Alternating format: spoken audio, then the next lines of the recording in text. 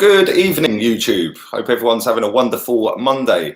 It might have just got better. Who knows? It might have just got better. I'm going to read a report out that I've just read. There's quite a lot going around. I'll move my tea because the steam's flying off of that at the minute. But I've just read a report in Football London. Big up Amy Wilson, who wrote that, by the way.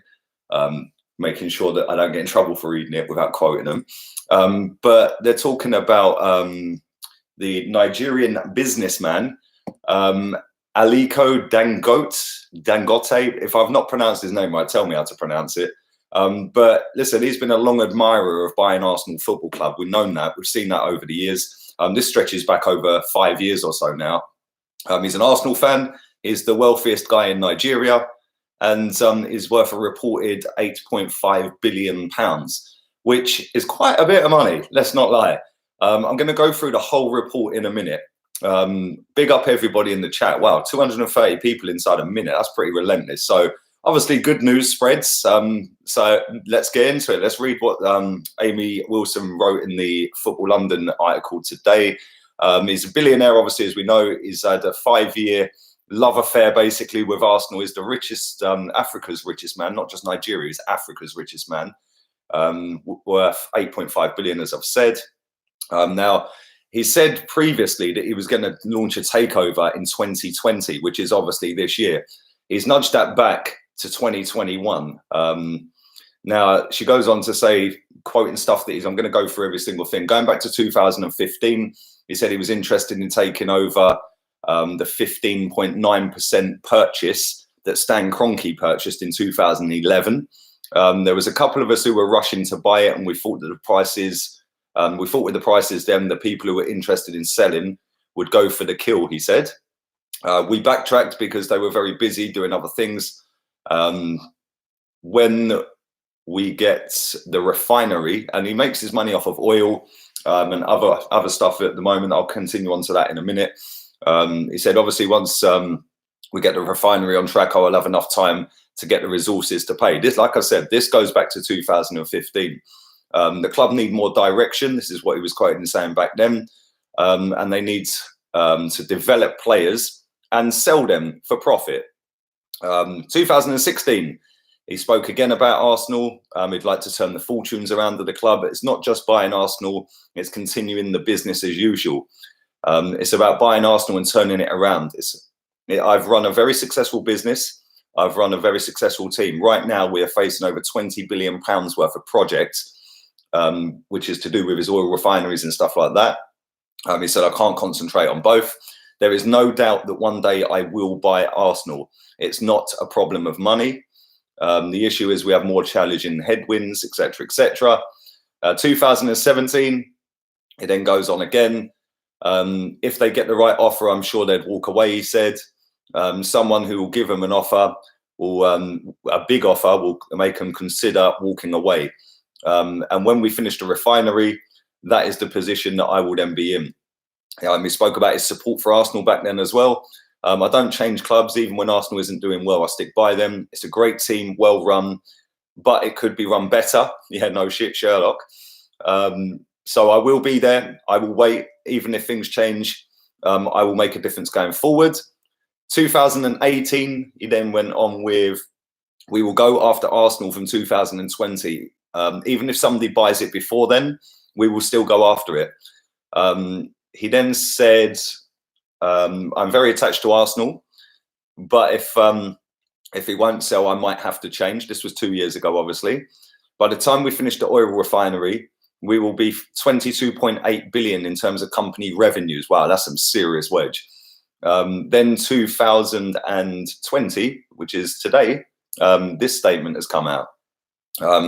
He was speaking on a show in America, David Rubenstein's show. Apparently this was recorded back in September, this show. And he went on to say this. It is a team, yes, that I would like to buy someday. And I keep saying £20 billion worth of projects. I need to concentrate on them. I'm trying to finish building a company. Then after that, we maybe sometime in 2021, I can buy them. I'm not buying Arsenal right now. I'm buying Arsenal when I finish these projects. I like the way he's saying I'm buying them. Like, he's so adamant he's going to buy it. When I finish these projects, I will take the company to the next level. Now, listen, Has he got the money in terms of being able to launch a takeover is one thing I would ask, because for 5 years, he's been saying when this is finished, when that's finished. Okay, that's cool. That's fantastic. He keeps coming out with statements and has done, like I said, 4 or 5 year period now. But has he actually got the money? Has anyone actually seen any proof that this guy has got money to actually invest in Arsenal Football Club? Because it's all well and good coming out saying, yeah, I've got £20 billion worth of projects, which is cool. Listen, a billionaire doesn't have billions of pounds sat in the bank account. A millionaire don't necessarily have millions of pounds sat in a bank account. They have it in assets. So the same as Stan Kroenke, the same as Sheikh Mansour, the same as Roman Abramovich. It's not like when people say that X, Y, or Z are worth £20 billion, that's not what they've got in their bank account. That is in assets of businesses that they run and manage. Okay. So yes, he's rich. He's extremely rich, richer than we're all ever going to be, probably richer than we'll all be put together. But has he genuinely got the money to go, right, Stan, that's how much I'm bidding, give me the club? Has he actually got that? Can he do that? I don't know. I don't know enough about the guy, if I'm being completely honest. All I know is that every year he comes out with a comment saying that he's going to buy Arsenal. Now, yes, he is the richest man in Africa, asset-wise. Probably cash as well. He's probably got a lot of money in the bank, but has he got enough money in the bank to go and buy the club? Who knows? Now, the way he's saying that he's going to change the club, he will buy the club, keeps saying, I will buy the club. Well, that's all well and good saying, I will buy something, only if they come out and say, yeah, we're going to sell it to you. Now, a considerable offer is what, 2.5 billion? I'd say Stan would probably consider for 2.5 billion, maybe 3. That's probably over the odds to buy the club. But at the same time, I just look at it and I think, like, somebody's just put in the chat there, Sexual Vanilla League. I love that name. If Usmanov couldn't get him out, then why would this guy? Well, that's exactly what I was just going to come on to. Alisher Usmanov has got a shed load of assets, wealth, money, whatever you want to call it. And they didn't want to sell to him. They didn't want to sell their stake in the club. Certain people that sold their stake, they sold it to Stan Kroenke instead of to Alisher Usmanov. That's not the case anymore. It's not about people selling certain shares off here and there. It's now Stan Kroenke owns the whole club. And it is now down to Stan Kroenke to decide whether he wants to sell the club. So listen, we're going to have to wait another year, I suppose, but who knows? He might actually buy the club. Now, what does that actually mean for Arsenal? Does that mean that all of a sudden we're going to start investing billions of pounds into Arsenal Football Club to make us successful? Well, probably not. Right, because it's all well and good having a multi-billionaire owner, but we've got one, and pretty much every football club in the Premier League has a multi-billionaire running them. You know, you look at Newcastle United, the guy's worth a couple of billion quid. He runs Sports Direct. Does he invest money? No, they spend what they earn. Sheikh Mansour came in, they're worth a stupid amount of money, that family. They invested loads and loads of money. Then certain rules and regulations about financial fair play, etc., kicked in, and all of a sudden they're not spending as much as they were. They probably don't need to keep spending as much as they did because they've got a solid foundation now. The same as when Abramovich came in. Abramovich just went, cool, we're going to throw money at it. And it got them what they wanted. It got them on the map. It got them winning trophies. Same with Man City. And then they had a core there. And then they just needed to buy 2 or 3 players every summer, rather than buying a whole new squad to compete. Now, you know, with the financial fair play ruling, you can't just go out and do £1 trillion on players, because unless you're getting £1 trillion and £1 back, you're going to lose money. That is not allowed to happen in modern day football, sadly.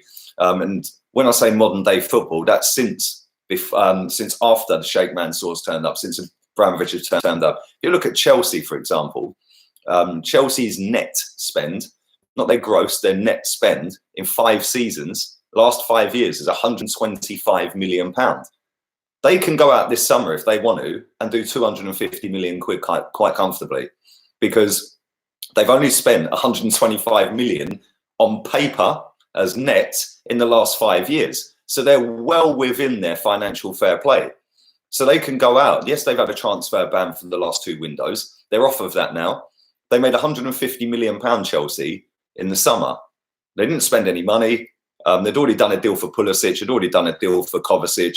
And then they sold Hazard and a whole host of reserve team players. So this notion that another guy comes in and starts pumping money into it, it's not quite the case. Yes, it might change the mentality. Obviously, he's going to want to come in. If he does come in, he is going to want to come in and he's going to want to be successful. I believe that. You know, the way the guy's talking, it's like he's he's obviously got a lot of businesses that are doing very well. Hence why he's got a lot of money. He's obviously an Arsenal fan, as he keeps claiming. But does that mean he's going to change the fortunes of the club and get us back to the top? I don't know. I'm kind of skeptical about it. That doesn't mean that I'm backing the current owners, like some people think I'm the mouthpiece for the owners. I'm not. I'm just sitting there thinking that, you know, at the end of the day, Chelsea, Man City, there's a reason they've slowed their spending down. We spent more than Man City in the summer, by the way. We spent way more than Chelsea because they were on a ban. So I'm skeptical that this guy's firstly going to buy the club. Why hasn't he done it? He keeps saying about other businesses. Well, you're not running the day-to-day running of all of them other businesses, are you? You're paying a fortune to other people to manage and run them businesses. So why can't you personally, with your team of people, go to Josh and Stan and say, right, there's our offer. We're going to do this. And then you then just put the people in place that are already there to continue doing their job. And then you set out different guidelines, different targets for the club, different achievements for them to hit, maybe change a few staff, maybe get rid of some of the players, etc., etc. But at the same time, I am skeptical this guy's even got the money to do it in terms of hard cash to launch the takeover. Yes, he's a multi-billionaire. Doesn't mean he's got money to buy Arsenal Football Club. It wouldn't be cheap to buy the club.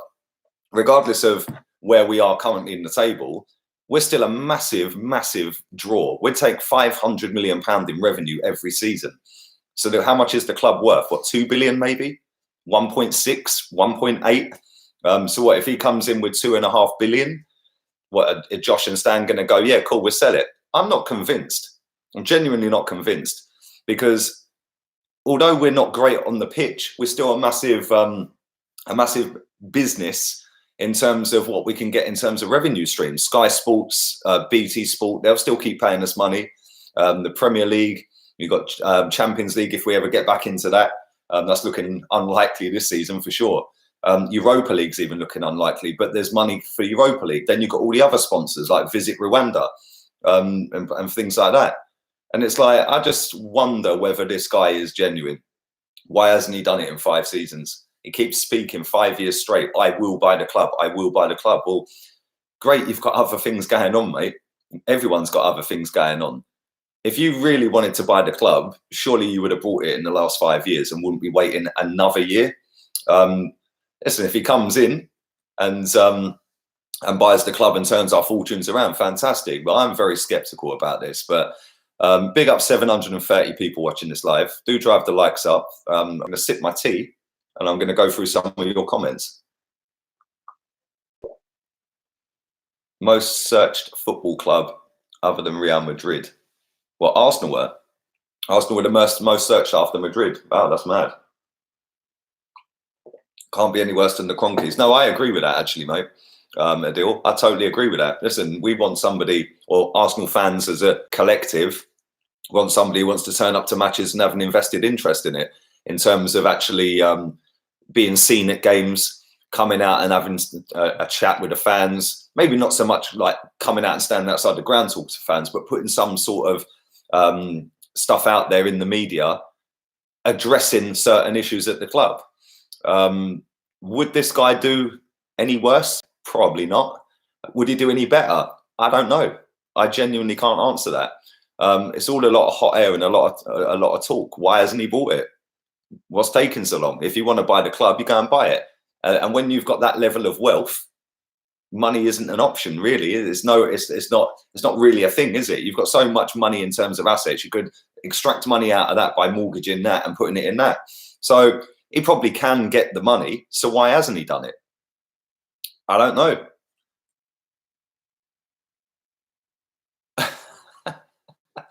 Arsenal is not for sale, says Tom. Well, it doesn't look like it's for sale at the moment, mate. Taib, afternoon to you. I doubt Stan will sell up. Same. Why would he? He's the richest black man on earth. He can buy Arsenal and make us better. Big up yourself, Oli Inca. Well, yeah, listen, he is. I'm not disputing his wealth.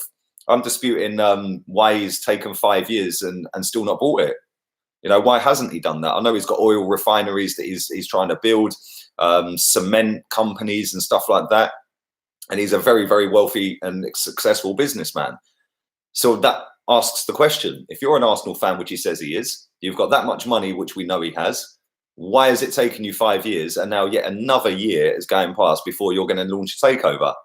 I don't know. I don't personally think he's got the money to actually do it right now. I don't think he's had the money for the last 5 years. Yes, he might have had the money to buy the shares that Kroenke bought back in 2011, which is what he said. We were going to buy it. It was all rushed, blah, blah, blah.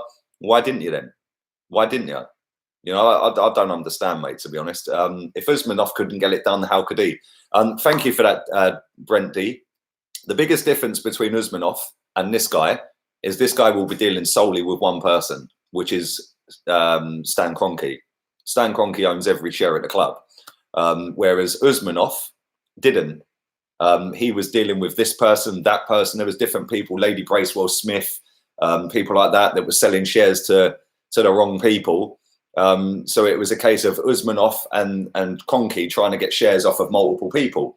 Whereas now Kroenke's got all the shares, this guy's only got to deal with one person rather than multiple people at the club that are shareholders. Robin van der Steen says, I'd rather Usmanov come back. Well, yeah. Is this what Josh meant when he said be excited? That's quality. Afternoon to you, McManus. Hope you're good. Let's read some more of these out for another 10 minutes or so. Do drive the likes up. Nearly 800 people watching this live, so thank you very much. Don't forget also, you can follow my Facebook. That's nearly on 1,500 followers now, and that was set up about 6 weeks ago. So thank you very much for that. And the link is in the description, along with my Instagram and my Twitter. So if you want to check them out, please do. Arsenal is currently worth 1.5 billion, says Steve. Well, there we go. 1.5 billion pound is people telling me he hasn't got that money. And if he has, what is taking so long? Because 5 years is a long time, man. I had a better hairline 5 years ago. Arsenal is not for sale.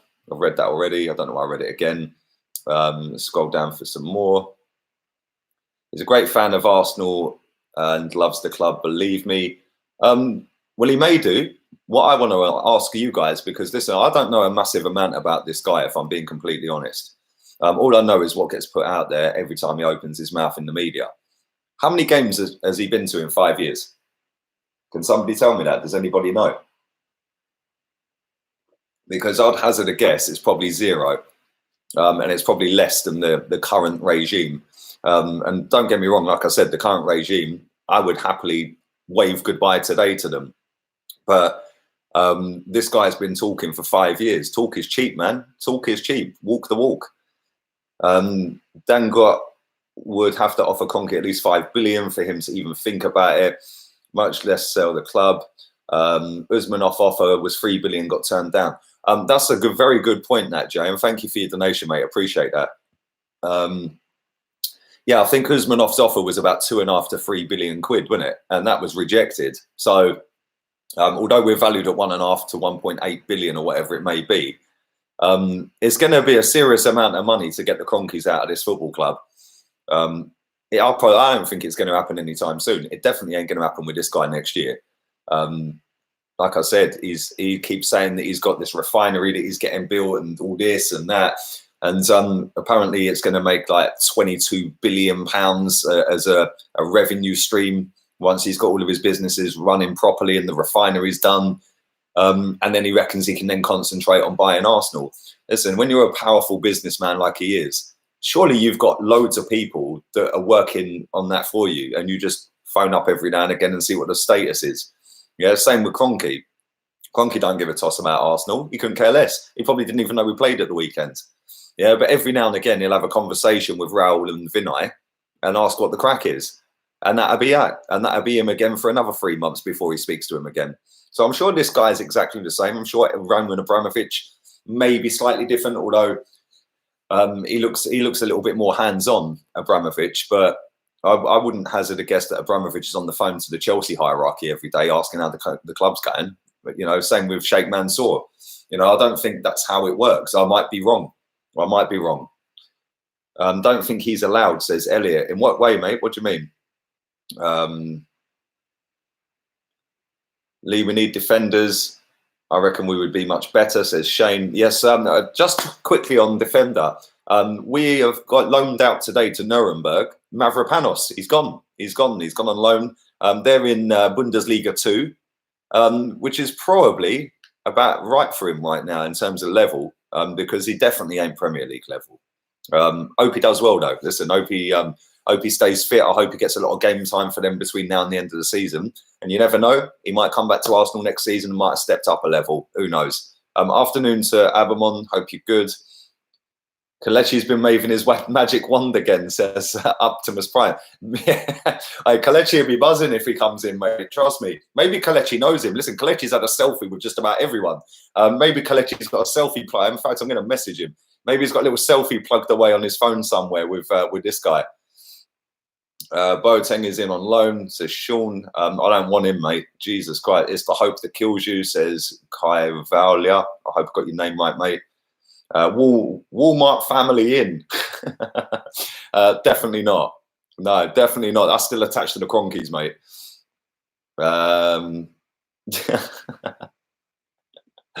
It's funny, man. It's too funny. Cronky probably doesn't even know that we haven't made Champions League in 4 years. That's probably true, actually. You probably don't. Big up, Lee. Can you buy Arsenal? Definitely not, mate. I'm nowhere near that sort of level, mate. My bank balance is probably less than they spend on dinner.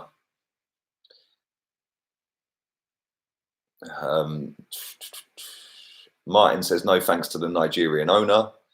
This is the thing I'll say, right? If he does come in, and it is a big if he does come in, I think he'll want to make us better. But at the same time, is he coming in? That's the biggest question of all, isn't it? You know, talk is cheap. He's been saying for 5 years he's going to buy this football club. Well, why? Why are you taking so long? You're a multi-billionaire. You can buy anything on the planet, mate. Yeah, so if you want it, you go and buy it. He obviously don't want it that much, does he?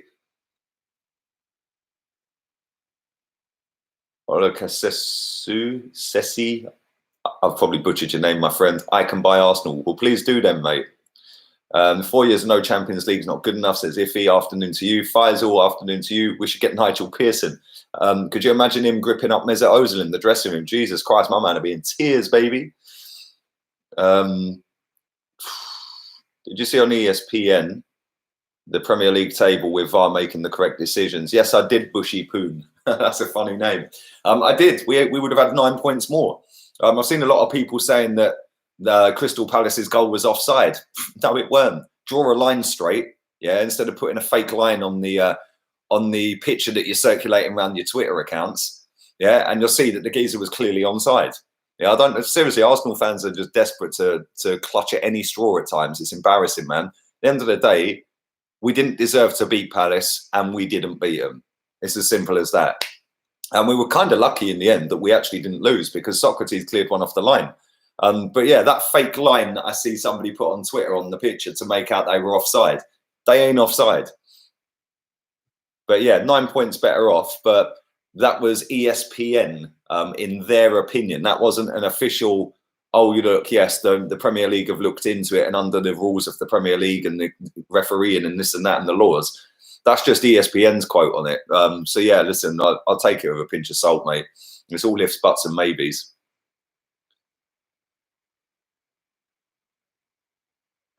We need to replace Cronky with Rowan Atkinson. No, we sacked Rowan Atkinson a couple of seasons ago, mate. He's now working for FIFA. Mr. Bean and all that. Is there actually legs to this story? Good question, B Dusk. I don't know. I'm just going by what's out in the media, mate. So I thought I'd read it out, get your thoughts and take on it. But like I said, for anyone who's joined late, this guy has been flirting with buying Arsenal for 5 seasons. He reckons he actually tried to buy the Cronkies stake before the Cronkies brought it back in 2011, which was 15.9%. He reckons that he tried to buy that set of shares.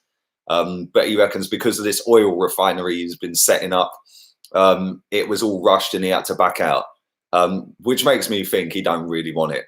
And then again, 2016, he talks 17, 18, 2018, he said he's buying it this year. Now he's saying that he's buying it next year. Either buy it or shut up, innit? It's as simple as that. Looking really good, Lee. Thank you, Kerry. I actually had a shave, man. I feel all right. I just need to get rid of this dodgy haircut now. I need to go and get it trimmed. It's way too long. Best realistic signing we could make in January, in your opinion, says Alex. Realistic signing in January, I'd say Nathan Aki. I'd take him in a heartbeat, man. I'd take that kid in a heartbeat. I think he's quality. Afternoon to Paul Cohen. Hope you're good, mate. Hope you're good.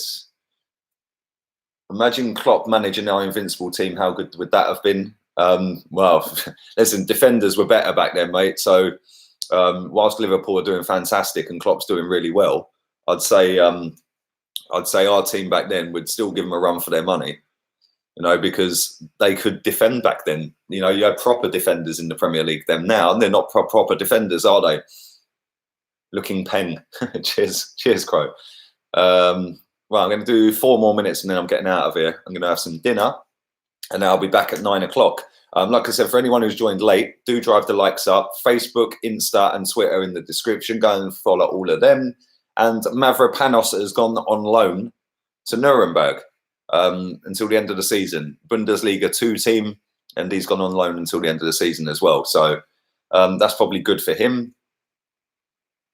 Sold the Snake Campbell, says the Tottenham fan. double.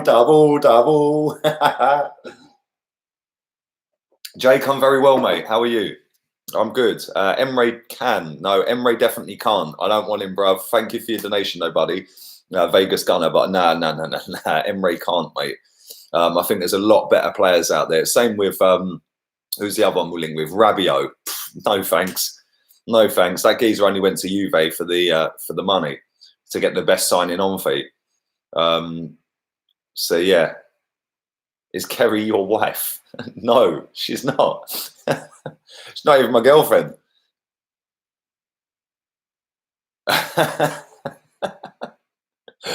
50 million for Koulibaly. I'll take that in a heartbeat. It might be a little bit more than that, but I'd definitely take it. The whole team depends on Lucas Torreira. Well, at the moment it has been, definitely. Do you think the football quality has gone downhill compared to the 90s and noughties? Yeah, definitely, Damien. Defending is dead. Everything's all about diving on the floor now. I think the pace of the game's gone up. I think it's a lot quicker now. But they're more athletes now rather than footballers, aren't they? You know, there's only a handful of technically great footballers on the planet. Yeah, well, maybe more than a handful. But, you know, back in the 90s and the early 2000s and that, you've only got to look at some of the players, man. Just unbelievably talented, gifted, technically good footballers. Now, how many of these players are technically good? It's all about being physically strong, even though they fall over real quick. It's all about being fast. And it ain't all about defending anymore. I mean, there's not many defenders on the planet that can actually defend, centre-back wise. There's not many. Van Dijk's one of them. He can defend. You know, the 2 lads at Juve can defend. I think one of them, Bonucci, I think he's about the same age as me, 37. He's still doing it. You know, that's a proper centre-back. You know, and then you go and have a look at all the other teams out there. How many proper centre-backs are there in the world, really? Like, as a throwback to the 90s and 2000s. The players in the 90s, man, sick players, proper sick footballers. What do you think about this lineup, Lee? Leno, Ricardo Pereira, Saliba, Upamecano, Tierney, Torreira, and Ndidi, Isco, Martinelli, Aubameyang, Pepe. Ingers, get it done, baby. Phone me when you've got it signed up, mate. Yeah, I love Isco, man. I think he's sick. Ricardo Pereira's sick as well. Yeah, that's a team, man. That's a good team. Very good team. Thank you for your donation as well, mate. I appreciate that. If only the club had our sort of vision in terms of players. Chiellini is the last one left. Well, Chiellini and Bonucci, I'd imagine, are probably the last 2 in the proper old school ones. But listen, Van Dijk's very good, man. Van Dijk is a sick defender. Tyrone Mings has will be a good choice, says Krish. I'd take Mings. I think he's all right. He's definitely got better since coming into the Premier League. He's definitely stepped his game up. I'm afraid I don't want Liverpool to break our invincible record, says Nasser. I actually don't care whether they beat it or not, mate, to be honest with you. I genuinely couldn't care less. I know a lot of Arsenal fans wanted Tottenham to beat Liverpool the other day. That, for me, is just a wrong un. No way do I want that lot to win a throw-in or a corner, let alone win a football match. So I can see why people don't want to let Liverpool equal it or beat it. Or even the 49 games. I reckon they might even go more than 49, if I'm honest. Going a whole season, I think they'll do that as well. But I can see why people don't want them to do it. But at the same time, if they do it, would it be a better achievement than when we done it? Possibly. There's more competitive teams now than there was back when we done it. But as I said a minute ago, the defenders back when we done it were a lot better than the defenders now. But I couldn't care less what they do, mate. To be fair, they are good to watch. Very good to watch. City will beat them. No need to panic. And Nzonzi for Mustafi swap, says Third Carnet. I don't want Nzonzi, man. Never rated him. He scored a goal in the Emirates Cup against us, and everyone's gone, oh, let's sign Nzonzi. Let's get Nzonzi. I was talking earlier, actually. It's funny that Zellerman. Do you remember Zellerman scored against Rangers in the Emirates Cup, and everyone was going, he's going to be the next Mesut Ozil. Yeah, then he went on loan to Rangers. He's now playing in America. He's 22 years old, and it's just gone whoosh straight downhill. So yeah, I don't want Nzonzi, mate. Get the Jaegers in. I've actually got some Jaeger in the fridge. I've just got no energy drink to go with it, mate. But listen, on that note, I'm going to wrap it up. Thank you to nearly 800 people watching this live. 200 likes nearly, so thank you very much. Facebook, nearly 1,500 people follow me on that. Do go and follow my page. Set that up about 7 weeks ago, so thank you to everyone who's followed it and liked the page. And if you haven't, the link's in the description, along with my Instagram and my Twitter. I'll be back at 9 o'clock. Big up everyone in the chat, and I'll see you then. Laters, peeps.